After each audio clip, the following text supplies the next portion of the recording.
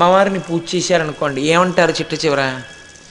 కన్యకుమారి ధీమహి తన్నో దుర్గి ప్రచోదయాత్.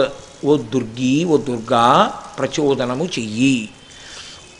గణపతిని పూజ చేశారనుకోండి, తన్న గణపతి ప్రచోదయాత్. శివుణ్ణి పూజ చేస్తే శివుడు ప్రచోదనం చెయ్యాలి. అసలు గాయత్రి మంత్రంలోనే ప్రచోదయాత్. అందుకే బ్రాహ్మణుడు ఎప్పుడూ గాయత్రి చేస్తూ ఉండాలి సంధ్యావందనం చేసి. ఎందుకంటే వాడి బుద్ధి ఎందు దోషం వస్తే కడిగేస్తుంటుంది గాయత్రి. ఆయన నిలబడితే కదా మిగిలిన వాళ్ళు నిలబడ్డం. ఆయనకే నిలబడ్డం చేత కాకపోతే వెనక వాళ్ళని ఆయనే నడిపిస్తాడు. ఇంకెందుకు ఆయనకి నమస్కారాలు? అందుకుని గాయత్రి చెయ్యాలి సంధ్యావందనం చేసి.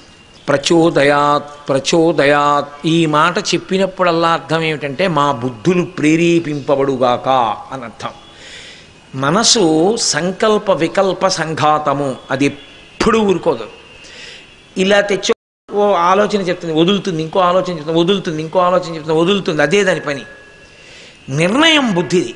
బుద్ధి కలుషితమైందనుకోండి, మనసు చెప్పిన ఆలోచనలకి లొంగుతుంది. ఎప్పుడు అదే చెప్తుంది, ఇది వింటుంది. తిరగబడింది అనుకోండి, మనసు చెప్పింది బుద్ధి విని సాక్షిగా చూసి చెప్పేవాళ్ళే. ఇలా ఎన్ని కోట్ల జన్మల నుంచి చెప్పావో తెలుసా?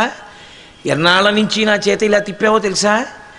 చాలే చేసావు, ఇక అక్కర్లా, నీ చెప్పింది నువ్వు చెయ్యి, ఇక కుదరదు అలాంటి మాటలు, ఇక కుదరదు అలాంటి పనులు అంటుంది. అక్కడే సత్పురుషుడు రెండవవాడు విడిపోతాడు. సత్పురుషుడు ఎందుకయ్యాడంటే ఆయన ఎందు బుద్ధి ప్రచోదనమైంది దేవతానుగ్రహంగా. ఎప్పుడు ప్రచోదనం అవుతుంది? ఈశ్వరుడి దగ్గరికి వెడితే. ఎప్పుడు ప్రచోదనం అవుతుంది? మహాత్ముల దగ్గరికి వెడితే.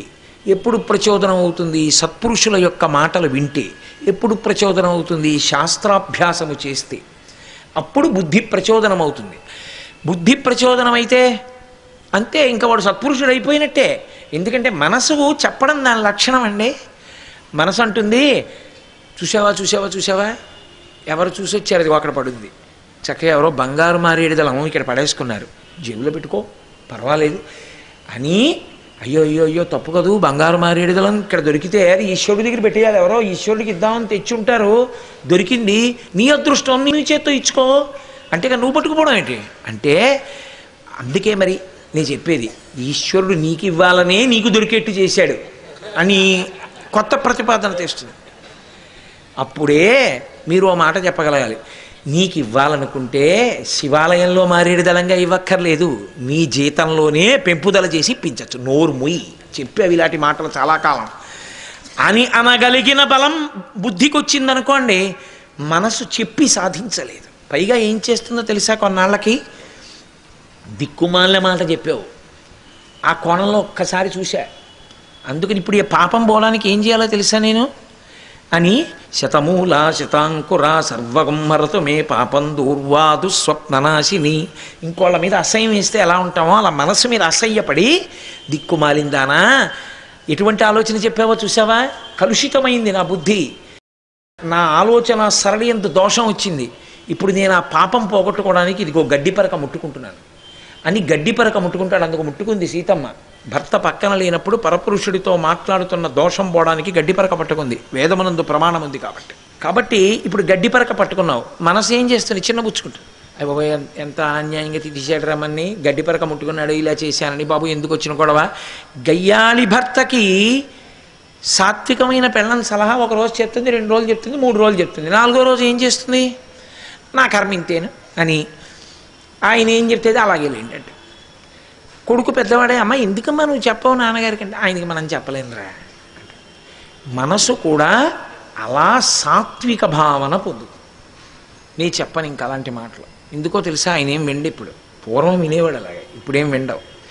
ఇప్పుడు పూర్వం వినేవాడు, ఇప్పుడు ఎందుకు వింటలేదు, వంగాడు, వంగిపోయింది. ఎందుకు వంగిపోయింది అంటే శాస్త్రము గురువు యొక్క సంపర్కం వచ్చింది ఇప్పుడు, దాని వలన వంగింది. ఈ వంగడం 2 రకాలుగాను వంగుతుంది. సత్సాంగత్యం కాకుండా దుష్టమైనటువంటి విషయములను వినడం, దుష్టమైనటువంటి నడవడగలిగిన వాళ్ళతో సాంగత్యం వచ్చిందనుకోండి, అటుకు వంగుతుంది. ఇనప ముక్క నీటితో కలిసింది, తుప్పట్టి విరిగిపోయింది. ఏమిటి దాని కర్మ, నీరు తగిలింది ఇనుముకి, పాడైపోయింది. సత్సాంగత్యం ఒకానొక పువ్వు యందు ఒక చీమ ఉంది. ఇప్పుడు ఆ పువ్వు పరమేశ్వరుడి పాదముల యందు సమర్పణం చేయబడింది. ఆ చీమ కూడా పరమేశ్వరుడి పాదం మీదకి వెళ్ళి అలా పాకి ఆయన పాదముల యందు నివేదన చేయబడినటువంటి ప్రసాదం ఇంత పిసరు తిని శరీరం వదిలిపెట్టింది. స్కాందంలో బ్రహ్మోత్తర ఖండంలో ఇలాంటి సంఘటనలు చూపిస్తారు. అంతే. అది కోట్ల జన్మలు దాటిపోయి ఒక మహారాజుగా పుట్టింది. ఒక పువ్వులో దూరినందుకు కోట్ల జన్మలు దాటింది. నీటితో కలిసినందుకు ఇనుము విరిగిపోయింది.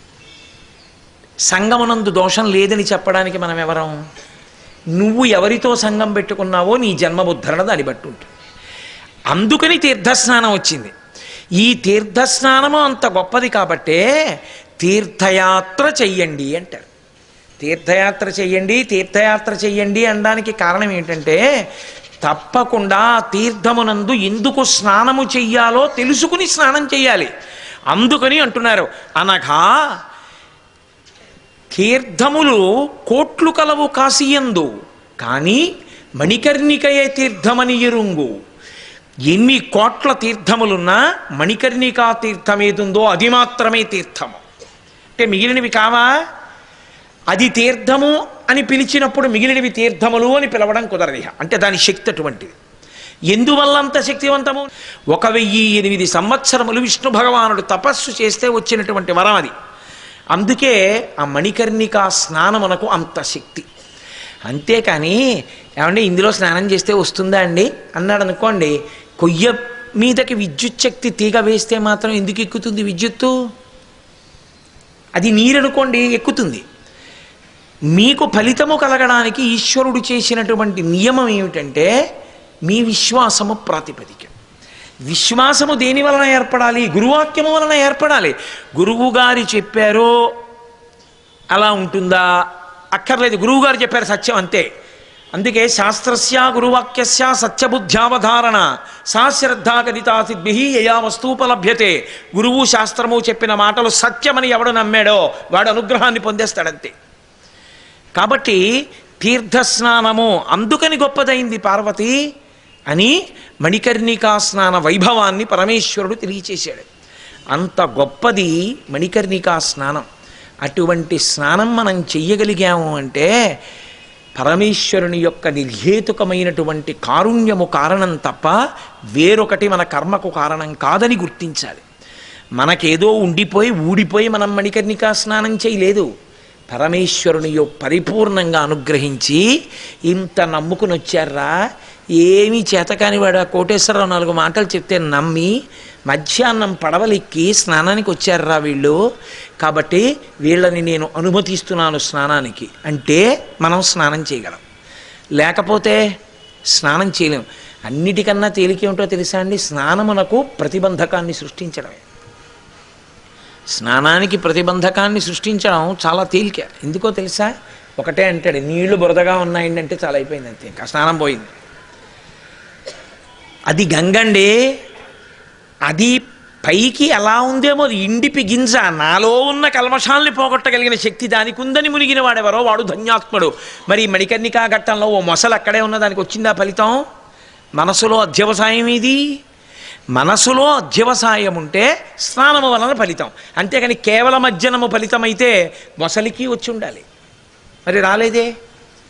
ఎందుకని అంటే దానికి శాస్త్రం మీద విశ్వాసం పెంచుకోవడానికి విని అధ్యవసాయమును పెంపొందించుకోగలిగిన ధృతితో కూడిన మనస్సు లేదు. అది మనకుంది. అలా మార్చడానికి బుద్ధి మీద ప్రభావం చూపించడానికి శాస్త్రము గురువు ఉన్నారు. ఇక్కడొచ్చింది. అందుకే గురుర్బ్రహ్మ గురుర్విష్ణు గురుర్దేవో మహేశ్వర గురు సాక్షాత్ పరబ్రహ్మ తస్మై శ్రీ గురవే నమః. అసలు గురువు పేరెత్తకుండా ఏదీ చేయలేము. అందుకే గురువు తలుచుకున్నాడు ఆ కోట్ల కోట్ల జన్మల పుణ్యాన్ని మీకు తీసుకొచ్చి మూట కట్టప్పచెప్పేస్తాడు, అంతే. కాబట్టి అది గురువు. అందుకే మహానుభావుడు పోతన గారు భాగవతంలో అద్భుతమైనటువంటి పద్యం, రుక్మిణీ కళ్యాణంలో రుక్మిణీదేవి అంటుంది, నాకు నువ్వు ఈశ్వరుణ్ణి తీసుకొచ్చి ఇచ్చావు అగ్నిజ్యోతండితో అంటుంది, నేను నీకేం చెయ్యాలి?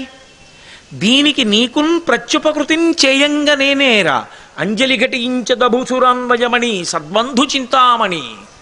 గురువుగారికి ప్రత్యుపకారం ఏమిటి? చేయడానికి ఉండదు. ఏం చేయాలి? ఎప్పుడూ గురువుగారికి నమస్కారం చేస్తూ ఉండడమే. మణికర్ణిక వైభవం చెప్పిన శంకర భగవత్పాదులకి ఏం చేస్తుండాలి? జయ జయ శంకర హర హర శంకర అంటూ పడవలో వెళ్ళడమే. నువ్వు అదొక్కటి మరిచిపోయి పడవలో తేభ్యమొహం వేసుకొని చూస్తూ వెళ్ళిన నాడు నువ్వు కృతజ్ఞుడవైపోయావు. జయ జయ శంకర హర హర శంకర అని వెళ్ళిన నాడు నువ్వు కృతజ్ఞుడవయ్యావు.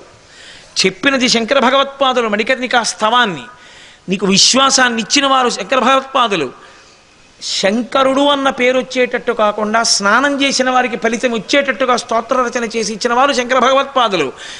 ఇన్ని కోట్ల జన్మల పుణ్యాన్ని నీకు తీసుకొచ్చి కట్టబెడుతుంటే ఇన్ని నీకు చెప్పిన శంకరుల నామం చెప్తూ ఘట్టానికి వెళ్ళి నువ్వు రావడానికి నీకు భేషజం అడ్డొస్తే నువ్వు కృతజ్ఞుడవు. నీకెక్కడి నుంచి వస్తుంది పుణ్యం రమ్మంటే? నోరారా నువ్వు చెప్పగలగాలి శంకరనామం. నువ్వు శంకరుల కన్నా గొప్పవాడివేం కాదు. శంకరుల కన్నా గొప్పవాడు లోకంలో వేరొకడు లేడు లేడు లేడు. కాబట్టి ఆయన నామం నిరంతరం ప్రతిధ్వనిస్తూ ఉండాలి. అందుకే జయ జయ శంకర హర హర శంకర చెప్తూనే వెళ్ళాలంతే. అనుగ్రహించిన వాడు ఈ శరీరాన్ని ఇచ్చిన తండ్రిని గుర్తు తెచ్చుకుంటే నమస్కరిస్తున్నామే, తల్లిని నమస్కరిస్తున్నామే, మనకి ఆయనకి ఏ సంబంధం ఉంది? ఎప్పుడు అవతార స్వీకారం. మహానుభావుడు రాబోయే తరాల్లో కలిపురుషుని ఉద్ధతిలా ఉంటుందని మనకి విశ్వాసం నిలబడేటట్టుగా, ఎంత అవిశ్వాసము ప్రబలుతోందో అంత విశ్వాసము నిలబడేటట్టుగా మనకి అష్టకాన్ని రాసి అందించి శరీరాన్ని విడిచిపెట్టి ఇప్పటికీ సౌందర్యలహరిలో శబ్దస్వరూపాన్ని పొంది ఉన్నటువంటి శంకర భగవత్పాదులకి నమస్కారం చేస్తూ గంగలో వెళ్ళలేకపోతే అంతకన్నా కృతజ్ఞత వేరొకటి ఉంటుందా? అందుకుని శంకరనామం చెప్తూ వెళ్ళడమే మణికర్ణికా స్నానమునకు ఈశ్వరుని నిర్హేతుక కృపాకటాక్ష వీక్షణము తప్ప యథార్థమునకు మనకు అటువంటి తీర్థముల యందు స్నానమునకు అర్హత ఇంకొకటి ఉండదు. నీ దగ్గర డబ్బు ఉండొచ్చు, నువ్వు వస్తే స్నానం చెయ్యాలని ఎక్కడుంది? 104 జ్వరం వస్తే. కానీ పరమేశ్వరుడి అనుగ్రహం ఉంది. స్నానం చెయ్యడానికి కావలసినటువంటి ఆనుకూల్యత అన్ని రకములుగాను సిద్ధింపచేస్తాడు. అందుకే కాశీపట్టణ వైభవం చెప్తూ ఒక మాట చెప్తారు. కాశీలో మరణించడం కాదు, కాశీలో చాలా కాలం ఉండి ఎక్కడో మరణిస్తే మోక్షాన్ని పొందుతాడన్నారు. కారణం ఏమిటో తెలుసా అండి? అయస్కాంతం మీద ఇనప ముక్కని పెట్టి బాగా రుద్దారనుకోండి, మీరు బాగా రుద్దేసిన తర్వాత ఇనం ముక్కను అక్కడ పెట్టి గుండు సూదిని పెడితే ఇనం ముక్క గుండు సూదిని లాగుతుంది. అది అయస్కాంతాన్ని రుద్దుకుని ఇనప ముక్క అయస్కాంతమైంది. కాశీపట్టణంలో ఉన్నవాడెవరో చాలా కాలము వాసము చేయడం చేత వాడు ఈశ్వర కృపకు పాత్రుడైపోయాడు. ఈశ్వర కృపకు పాత్రుడైపోయిన వాడు కొద్ది కాలం ఎక్కడో బయటుండి శరీరం విడిచిపెట్టినా ఇప్పటిది వాడికి ప్రతిబంధకం కాదు, వాడు మోక్షానికి వెళ్ళిపోతాడు. కేవలము వాసము చేత అంత గొప్ప శక్తి కలిగినటువంటి పట్టణం కాశీపట్టణం.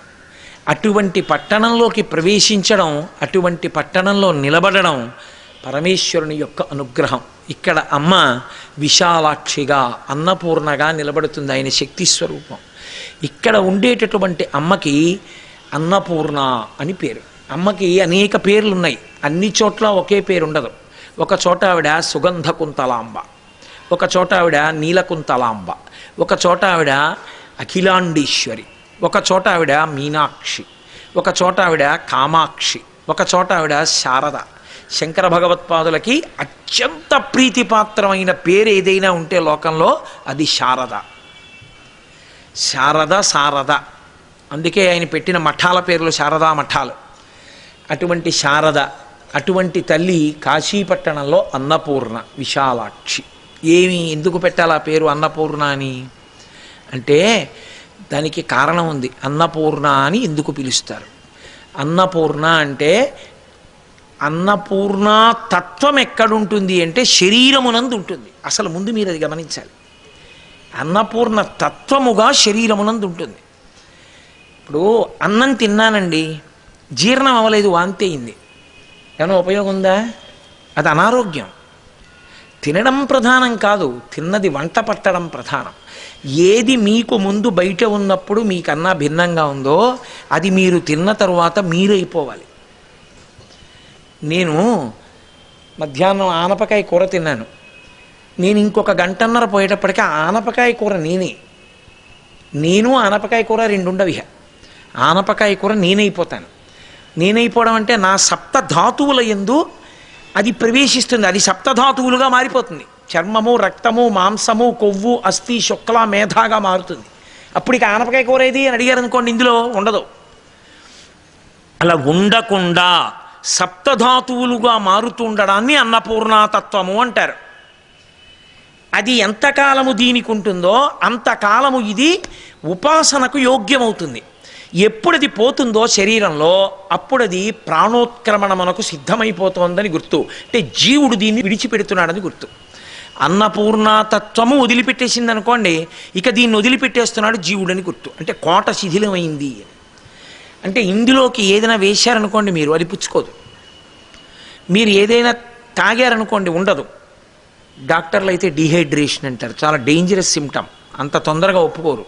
అప్పుడు ఎక్కడికో వెళతానంటే కుదరదు. ముందు గబగబా ఆ ఉప్పు పంచదార కలిపిన నీళ్లు తాగండి అంటారు. ముందు శరీరంలో నీరు నిలబడాలి. ఎందుకంటే నీరు నిలబడకపోతే శరీరం ఉండదు. ఇది ఇప్పుడు డాక్టర్ గారు చెప్పడం కాదు, నేను డాక్టర్లను చిన్నపుచ్చట్లేదు. వైద్యో నారాయణో హరిహి. వేదం ఎప్పుడో చెప్పింది, లింగపురాణం ఎప్పుడో చెప్పింది. సంజీవనం సమస్తస్య జగత సలిలాత్మిక భవ ఇత్యుచ్యతే మూర్తిర్భవస్య పరమాత్మనః అని చెప్పింది. నీటి రూపంలో ఈశ్వరుడు ఉంటాడు. ఆ నీరు ఇందులోకి వెళ్ళి ఇమిడినంత కాలం నువ్వు ఉన్నావు, భవతి భవతి భవతి అంటారు.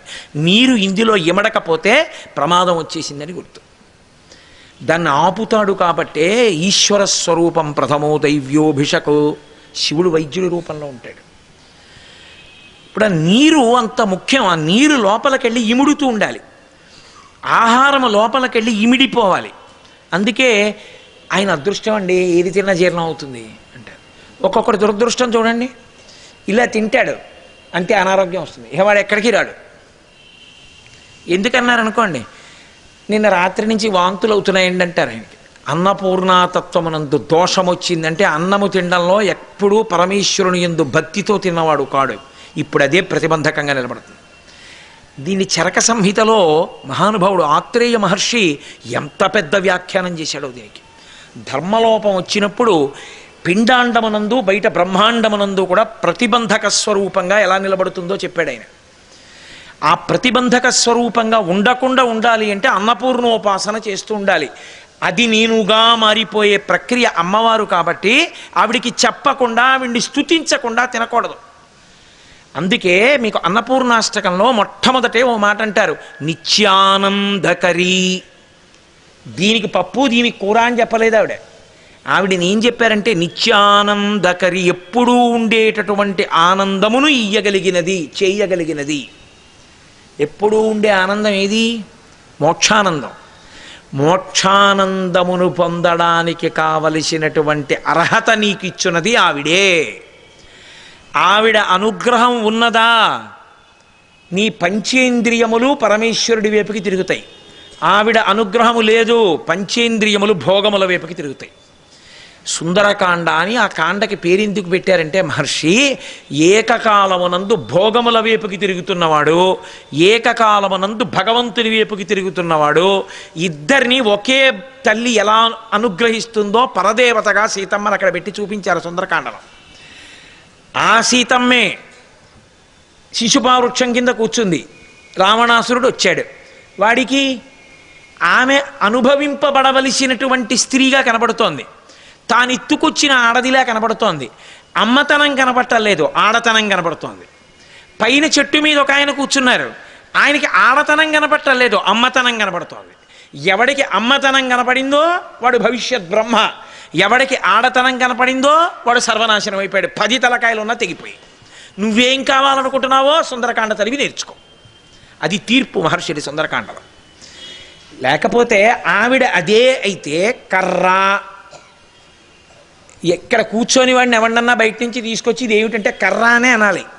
మరి సుందరకాండలో సీతమ్మ హనుమకి అంత గొప్పగా ఎలా కనపడింది, రావణుడికి అంత హీనంగా ఎలా కనపడింది అంటే ఆవిడ శక్తి అదే. పంచతన్మాత్రలను భోగముల వైపుకి తిప్పుతుంది. భగవద్భక్తితో నిలబడే ప్రయత్నం చెయ్యకపోతే 5 ఇంద్రియములు భోగముల వైపుకి తిప్పేస్తుంది. కంటితో చూడకూడనివన్నీ చూస్తాడు. అందుకే అంటుంది, ఒరే నన్ను అపహరించి తెచ్చావుగా, ఇప్పుడు నువ్వు ఈ పాపం ఎక్కడికి వెళ్ళి పోగొట్టుకుంటావు ఉంది. చూడకూడని చూపు చూశావు, మాట్లాడకూడని మాట మాట్లాడావు.